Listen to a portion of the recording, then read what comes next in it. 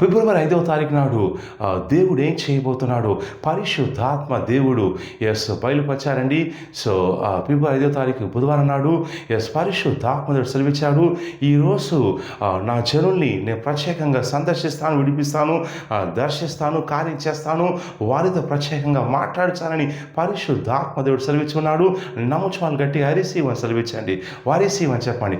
ఫిబ్రవరి 5వ తారీఖు నాడు ప్రభు సెలవిచ్చున్నాడు. విజయవాడ మీటింగ్లో మీటింగ్ కండక్ట్ చేయమని.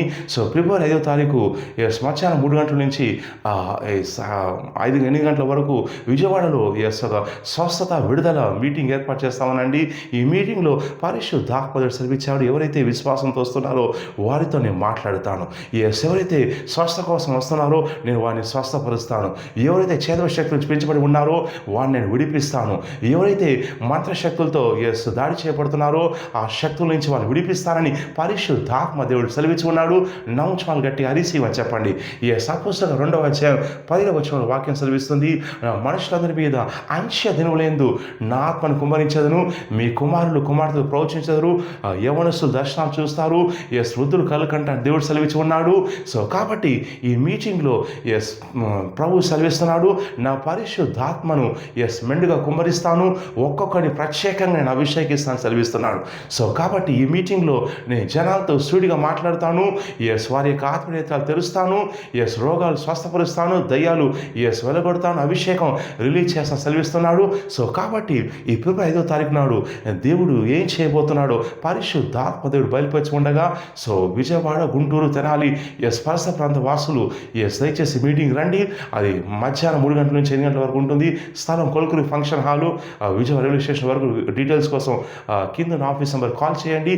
ఎవరైతే విశ్వాసంతో వస్తున్నారో, ఎవరైతే స్వస్థ కోసం వస్తున్నారో, ఎవరైతే అద్భుతం కోసం వస్తున్నారో, ఎవరైతే ప్రవచనం కోసం వస్తున్నారో పరిశుద్ధాత్మ దేవుడు సర్వీస్ ఎఫ్ఎస్సి 3:20 ప్రకారం మీరు అడుగువాడి కంటను, ఊహించేవాడి కంటను అత్యధికమైన కార్యాలు చేస్తాను సెలవిస్తున్నాడు.